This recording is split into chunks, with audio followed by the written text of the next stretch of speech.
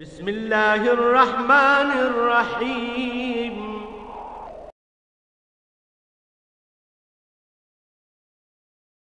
ورحمۃ اللہ وبرکاتہ۔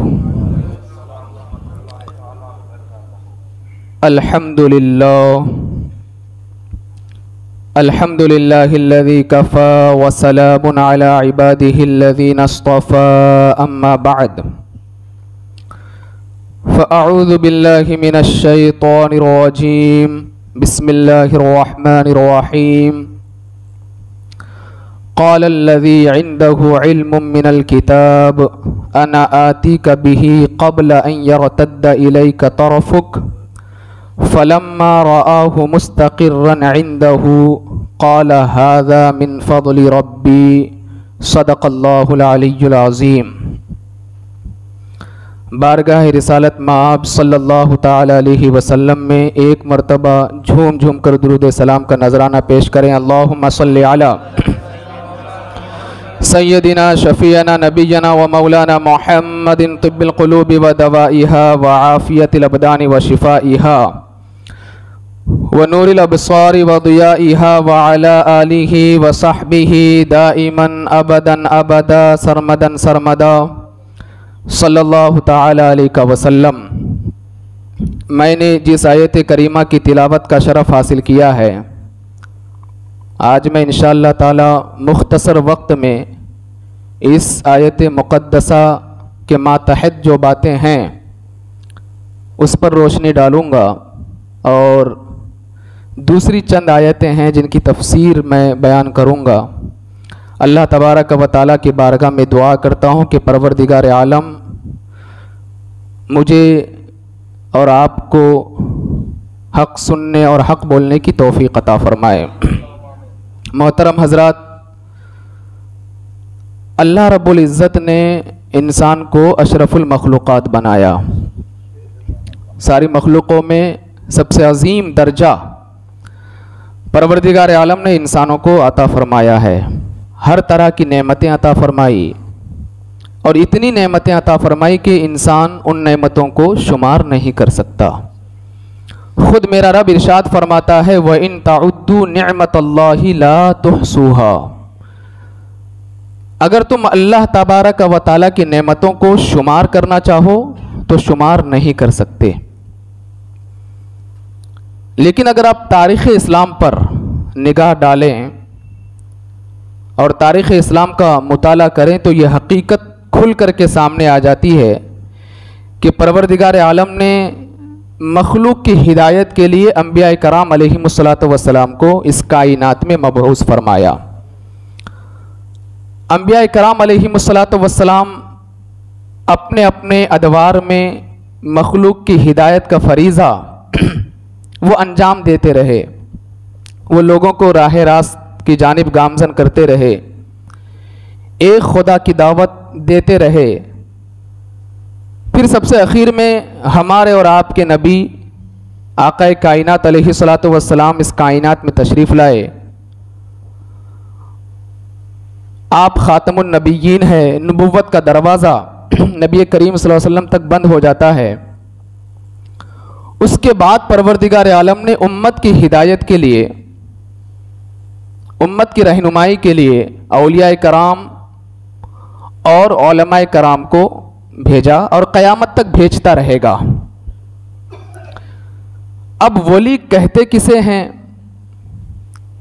اور ولی کا مقام کیا ہوتا ہے، ولی کا مرتبہ کیا ہوتا ہے، ولی کی طاقت اور ان کی قوت اور ان کی پاور کتنی ہوتی ہے، اللہ عز و جل نے اولیاء کرام رضوان اللہ تعالی علیہ مجمعین کو کتنے اختیارات عطا فرمائے ہیں، وہ میں آج آپ کے سامنے بیان کروں گا۔ اللہ عز و جل کے وہ مقبول بندے جو اطاعت گزار ہیں، فرما بردار ہیں اور گناہوں سے بچے رہتے ہیں، تو پروردگار عالم ان کو اپنا خاص قرب عطا فرماتا ہے، اسی کو اللہ کا ولی کہتے ہیں۔ اب میں ایک حدیث مبارکہ آپ کے سامنے بیان کروں۔ حدیث کی ایک مشہور کتاب ہے سنن نسائی، جلد دوم صفحہ 362 حدیث نمبر 11235. اس میں یہ حدیث مبارکہ مذکور ہے اور اس حدیث کے راوی ہیں حضرت عباس رضی اللہ تعالی عنہما. وہ روایت کرتے ہیں کہ نبی کریم صلی اللہ تعالی علیہ وسلم سے ایک مرتبہ صحابہ کرام رضوان اللہ تعالی علیہ مجمعین نے عرض کیا کہ یا رسول اللہ علیہ الصلوۃ والسلام ہمارے بہترین ہم نشین کون ہے؟ اب آقا کائنات علیہ الصلوۃ والسلام نے جو جواب دیا اسے دھیان سے سنیے. میرے آقا فرماتے ہیں وہ جس کا دیدار تمہیں اللہ تعالیٰ کی یاد دلاتا ہے، وہ جس کی گفتگو تمہارے علم میں اضافہ کرے، اور جس کا عمل تمہیں آخرت کی یاد دلائے، وہ تمہارے بہترین ہم نشین ہیں. اور اسی حدیث مبارکہ میں ہے کہ نبی کریم صلی اللہ تعالی علیہ وسلم نے فرمایا کہ قیامت کے دن کچھ ایسے لوگ ہوں گے جو نہ تو نبی ہوں گے نہ شہداء ہوں گے، اور بروز محشر جب نفسی نفسی کا عالم ہوگا، ہر کسی کو اپنی پڑی ہوگی، ہر کوئی پریشان ہوگا، غمزدہ ہوگا، ایسے وقت میں کچھ ایسے بندے ہوں گے جن پر کوئی خوف نہیں ہوگا، کوئی غم نہیں ہوگا. جب صحابہ کرام رضوان اللہ تعالی علیہ مجمعین نے یہ سنا تو صحابہ کرام کی خواہش بڑھ گئی، یا رسول اللہ وہ کون لوگ ہیں جو نہ تو نبی ہوں گے نہ شہداء ہوں گے لیکن ان کا مقام اتنا عظیم ہوگا کہ انبیاء کرام علیہم الصلوۃ والسلام ان کو دیکھ کر کے رشک کریں گے، شہداء ان کو دیکھ کر کے رشک کریں گے، اللہ انہیں اتنا عظیم مقام عطا فرمائے گا، نہ کوئی خوف نہ کوئی غم. تب نبی کریم صلی اللہ علیہ وسلم مسکرا اٹھے اور میرے آقا نے مسکرا کر کے پردہ ہٹایا اور آیت کریمہ کی تلاوت فرمائی، الا ان اولیاء اللہ لا خوف علیہم ولا هم يحزنون الذین آمنوا وكانوا يتقون، کہ کل بروز محشر جو بے خوف ہوں گے اور غمزدہ نہیں ہوں گے وہ اللہ کے اولیاء ہوں گے. یہ نبی کریم صلی اللہ علیہ وسلم نے آیت کریمہ کی تلاوت فرمائی.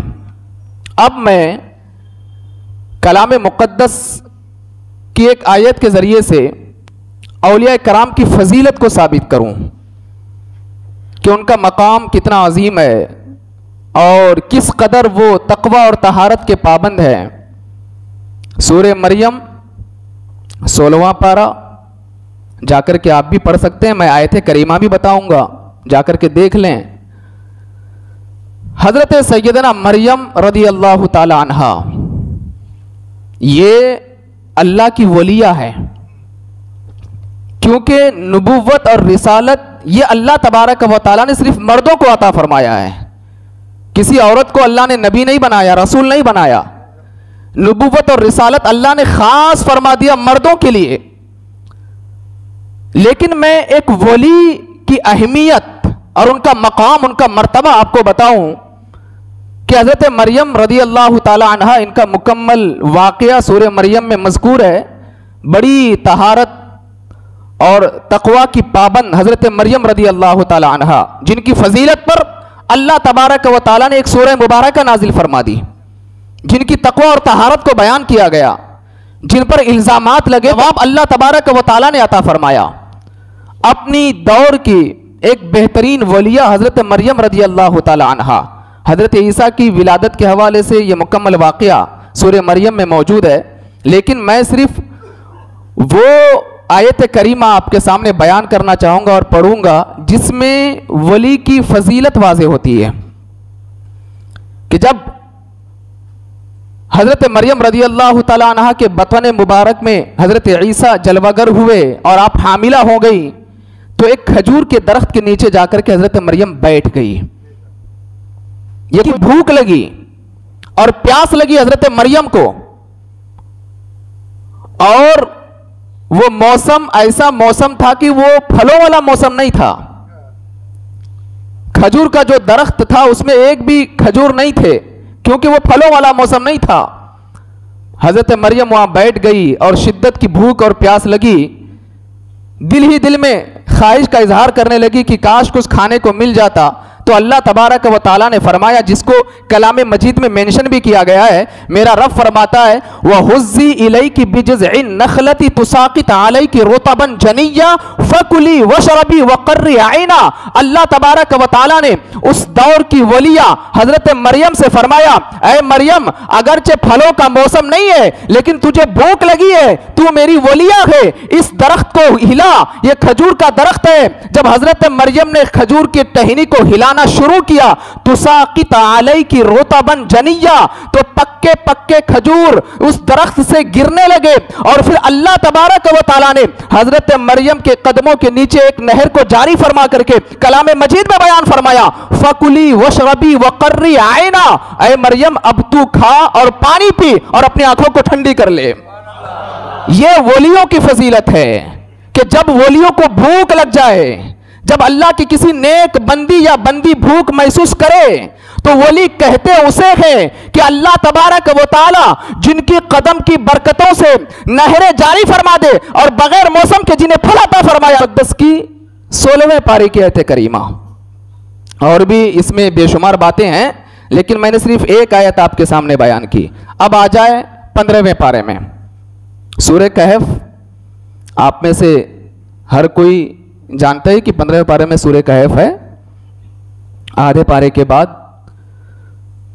سورہ کہف کا مطالعہ کریں اور اولیاء اللہ کی شان پڑھیں، ان کی عظمت پڑھیں، ان کا مقام معلوم کریں، اور یہ معلوم کریں کہ ان کے ناموں میں برکتیں کتنی ہیں۔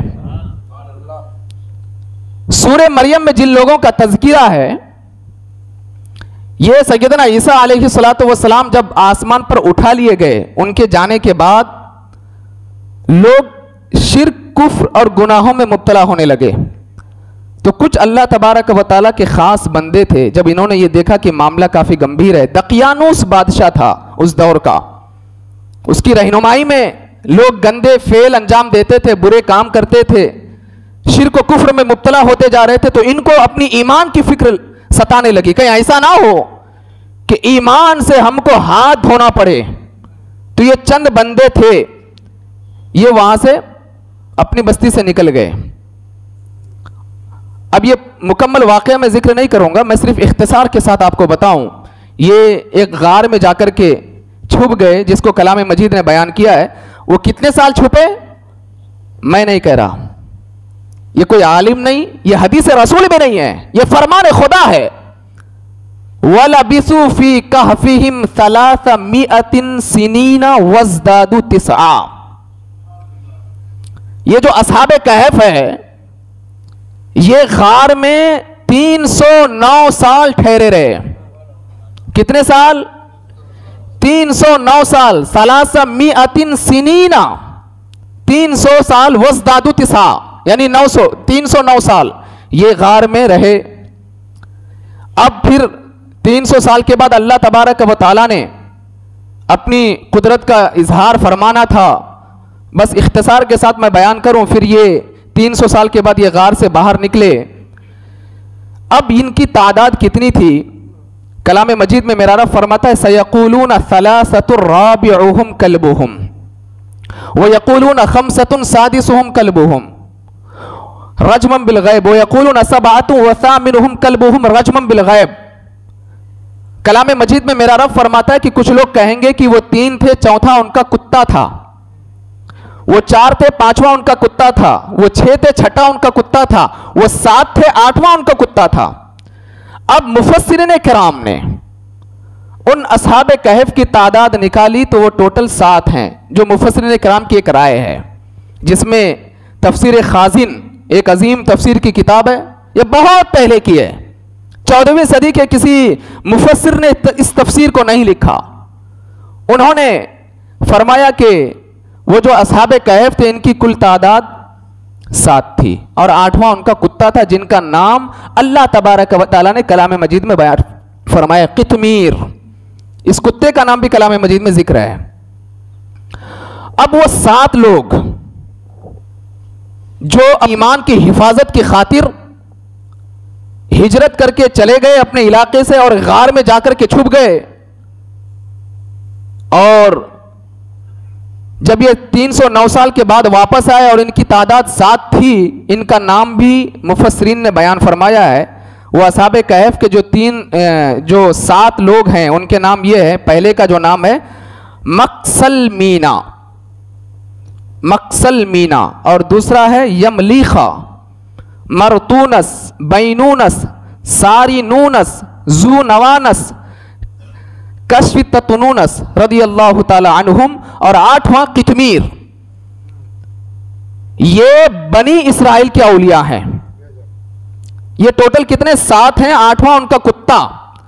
مفسرین کرام فرماتے ہیں تمہارے گھر میں چوری ہو، ان کے نام کو لکھ کر کے اپنے گھر میں ٹانگ دو، اپنے گھر میں کسی محفوظ جگہ پر رکھ دو، اللہ تمہارے گھر کی حفاظت فرما لیتا ہے.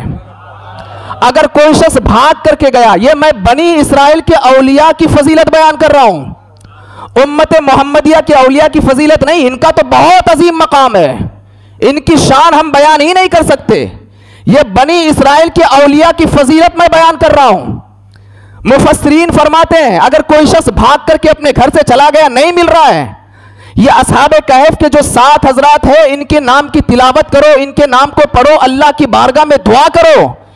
ان اولیاء کی برکتوں کے صدقے میں بھاگا ہوا انسان واپس آ جاتا ہے. کوئی بیمار ہے، ان کے نام کی تلاوت کرو، پڑھ کر کے دم کر دو، اللہ تبارک و تعالی شفا عطا فرما دیتا ہے. تو بڑی فضیلت ہے ان کے ناموں میں. اور پھر ان کے کتے کا تذکرہ اللہ تبارک و تعالی نے کلام مجید میں قطمیر کر کر کے ذکر فرمایا. یعنی اصحاب کہف کے جو اولیاء ہیں، یہ جو بنی اسرائیل کی جو 7 اولیاء ہیں، ان ولیوں سے ایک جانور کو نسبت ہو گئی. اللہ تبارک و تعالیٰ نے اس کا تذکرہ بھی بیان فرمایا. اور مفسرین کرام فرماتے ہیں یہ اصحاب کہف کا جو کتا ہے یہ بھی جنت میں جائے گا. میں کہنا یہ چاہتا ہوں کہ بنی اسرائیل کے اولیاء سے ایک جانور کو نسبت ہو جائے، وہ جانور کتا، اس کا اتنا عظیم مقام ہے، اللہ تبارک و تعالیٰ اس کا تذکرہ کلام مجید میں بیان فرما رہا ہے. پھر امت محمدیہ کے جو اولیاء ہیں اور اس دور کے جو غوث اعظم ہیں، ان سے اگر کسی کتے کو نسبت ہو جائے تو پھر بریلی کے تاجدار یوں بیان فرماتے ہیں تجھ سے در سے سگ، اور سگ سے ہے مجھ کو نسبت، میری گردن میں بھی ہے دور کا ڈورا تیرا. یہ اولیاء کی شان ہے. جب اصحاب کہف کے ولی کے اولیاء سے کتے کو نسبت ہو جائے، اس کا تذکرہ میرا رب کلام مجید میں بیان فرما رہا ہے. آپ دیکھیں جا کر کے 15واں پارہ. تو امت محمدیہ کی اولیاء کی شان، ان کی عظمت، جن کے بارے میں میرے آقا یوں بیان فرماتے ہیں علماء امتی کا انبیاء بنی اسرائیل، کہ میرے امت کے جو علماء ہیں یہ بنی اسرائیل کے انبیاء کی طرح ہیں.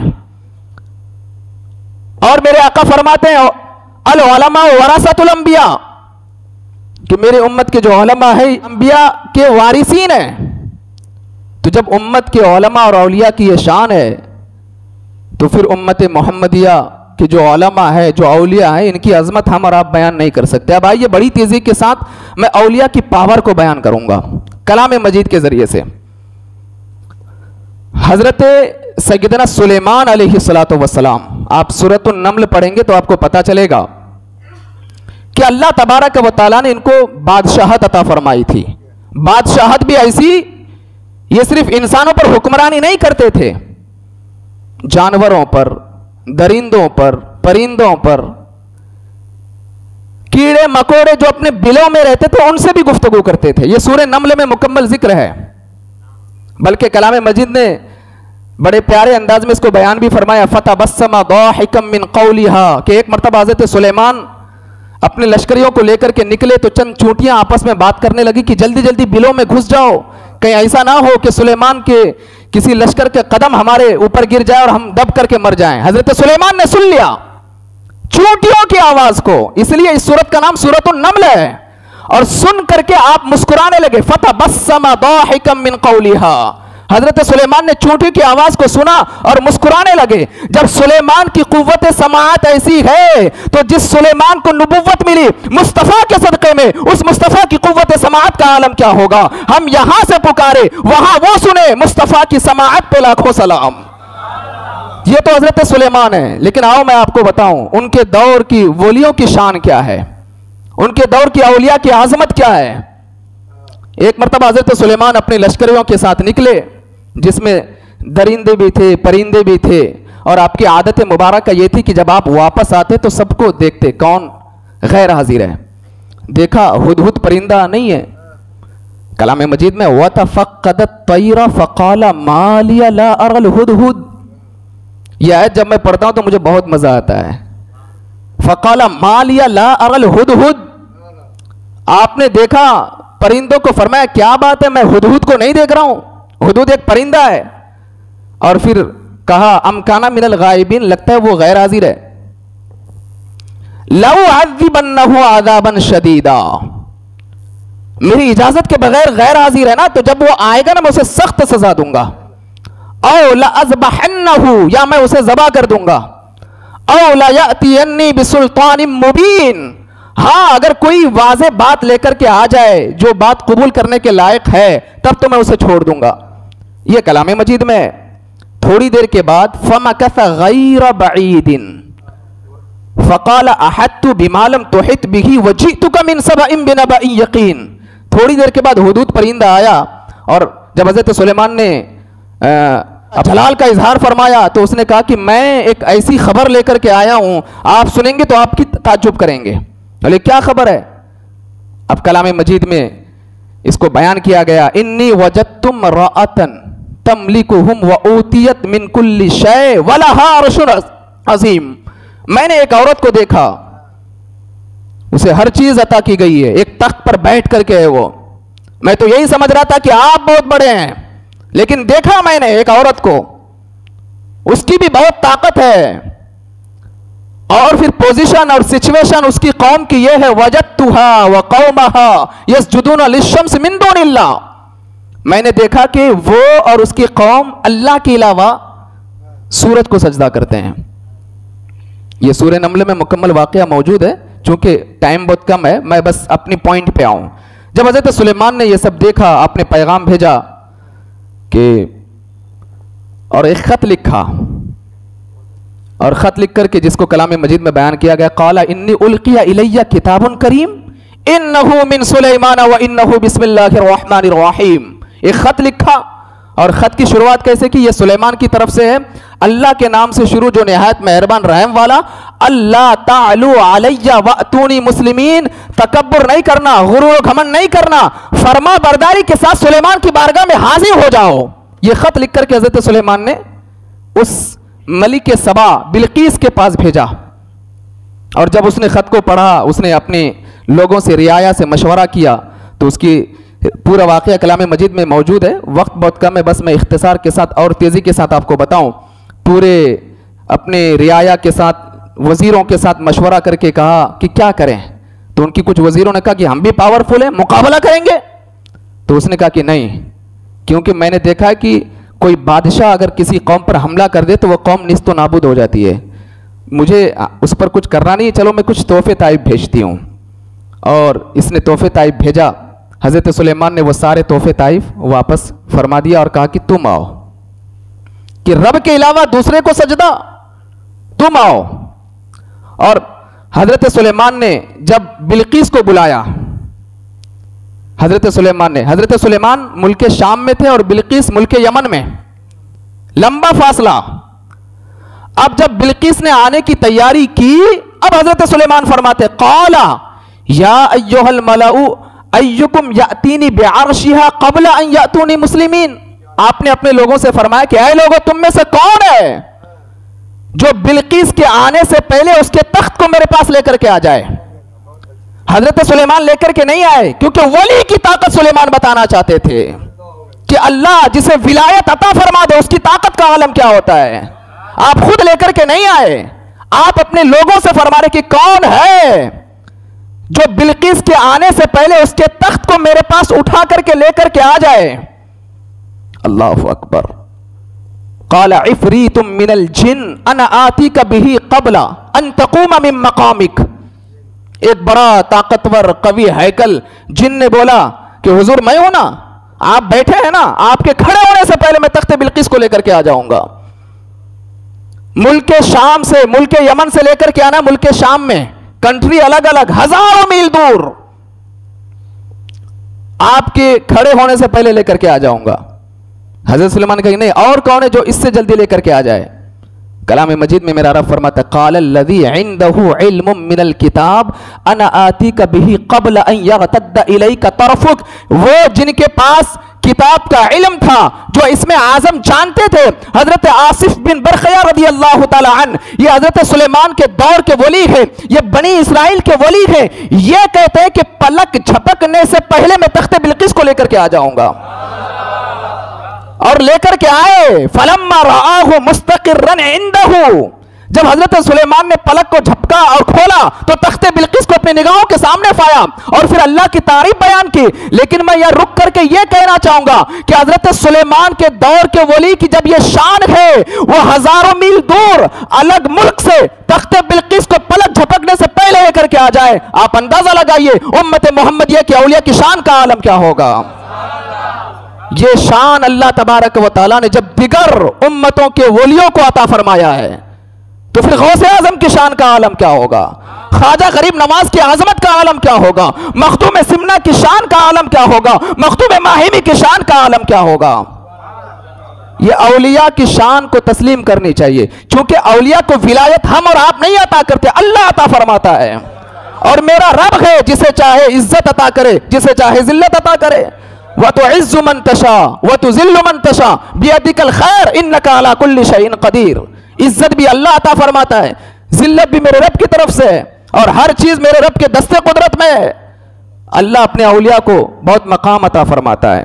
ولیوں کی تو بڑی شان ہے، بس یہ ہے اپنی اپنی سوچ کی بات ہے. ہاں جہاں آپ اولیاء کرام کی ولایت کو تسلیم کرتے ہیں، اولیاء کرام کی عظمت کو تسلیم کرتے ہیں، اولیاء کرام کی شان کو پڑھتے ہیں، وہیں آپ کے لیے یہ بھی ضروری ہے کہ اولیاء کرام کی سیرت کو اپنائیں. ایسا نہیں ہے کہ غوث اعظم کا ماننے والا نماز نہ پڑھے، غوث اعظم کا ماننے والا دوسروں سے قرض لے کر کے جو ہے ان کے نام کی فاتحہ خوانی کرے، یا زکوٰۃ نہ نکالے، یا پھر وقت کے آنے پر فطرہ نہ نکالے، وہ قرض میں ڈوبا ہوا ہے اور پھر وہ 11ویں کی فاتحہ کرے. یہ غلط ہے، یہ لوازمات میں سے نہیں ہے. اللہ نے عطا کیا ہے، فاتحہ خوانی کیجئے. آپ اللہ نے آپ کو دیا ہے، ان کے نام پر غریبوں میں تقسیم کریں، لیکن زبردستی کسی سے قرضہ لے کر کے نہیں. صاحب نصاب ہیں، آپ زکوٰۃ ادا نہیں کرتے اور غوث اعظم کے نام پر فاتحہ خوانی کرتے ہیں، 11ویں مناتے، غلط ہے. سب سے پہلے آپ اپنے فریضے کو انجام دیں، جو چیز آپ کے لیے ضروری ہے وہ کریں.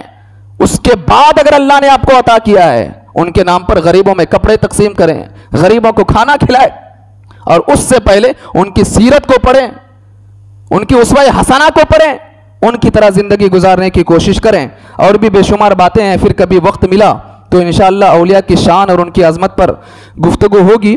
ایک ضروری مسئلہ ہے، بہت سارے لوگ کو میں خود دیکھتا بھی ہوں کہ نماز جنازہ میں بہت سارے لوگ ایک مسٹیک کرتے ہیں، ایک غلطی کرتے ہیں. وہ کیا؟ چوتھی تکبیر کے بعد ہاتھ کب چھوڑنا ہے یہ بہت سارے لوگوں کو نہیں پتا. میں کچھ لوگوں کو دیکھتا ہوں کہ سلام پھیرتے ہیں تو السلام علیکم ورحمۃ اللہ، السلام علیکم ورحمۃ اللہ. ایک طریقہ یہ، کچھ لوگ ایسا کرتے ہیں. اور کچھ لوگ کیا کرتے ہیں کہ ہاتھ باندھ کر کے رکھتے ہیں السلام علیکم ورحمۃ اللہ، السلام علیکم ورحمۃ اللہ، اس کے بعد ہاتھ چھوڑ دیتے ہیں. دونوں طریقے غلط ہیں. صحیح طریقہ کیا ہے؟ اب میں آپ کو اس طریقے سے یہ مسئلہ بتاؤں گا کہ کبھی آپ بھولیں گے نہیں. جہاں تکبیر کے بعد کچھ پڑھنا ہے وہاں ہاتھ باندھ کر کے رکھیے. آپ پہلی تکبیر میں آپ ثنا پڑھتے ہیں، ہاتھ باندھ کر کے رکھیں. دوسری تکبیر میں کیا پڑھتے ہیں؟ بولیے، درود ابراہیم، ہاتھ باندھ کر کے رکھیں. تیسری تکبیر میں کیا پڑھتے ہیں؟ دعائے مغفرت میت، ہاتھ باندھ کر کے رکھیں، ہاتھ نہیں چھوڑنا ہے. چوتھی تکبیر میں جب آپ اللہ اکبر کہیں گے تو چوتھی تکبیر میں کچھ پڑھتے ہیں کیا؟ نہیں پڑھتے ہیں، تو ہاتھ چھوڑ دیجئے. جب چوتھی تکبیر ہو سمجھ لو میں چوتھی تکبیر میں ہوں، اللہ اکبر، دونوں ہاتھ چھوڑ دیں. السلام علیکم ورحمۃ اللہ، السلام علیکم ورحمۃ اللہ. یہ صحیح طریقہ ہے. اپنی اصلاح کریں، دوسروں کو بھی بتائیں. اگر کسی کو غلطی کرتے دیکھیں تو اس کو ضرور بتائیں، اور اس طریقے سے بتائیں کہ جہاں تکبیر کے بعد کچھ پڑھنی ہے وہاں پر ہاتھ باندھ کر کے رکھیں، جہاں نہیں پڑھنی ہے تو ہاتھ کھول دیں. تو پھر ہمیشہ کے لیے یہ بات اس کے دماغ میں بیٹھ جائے گی۔ اللہ تبارک و تعالی ہم سب کو دین کی صحیح سمجھ عطا فرمائے، اور ساتھ ہی ساتھ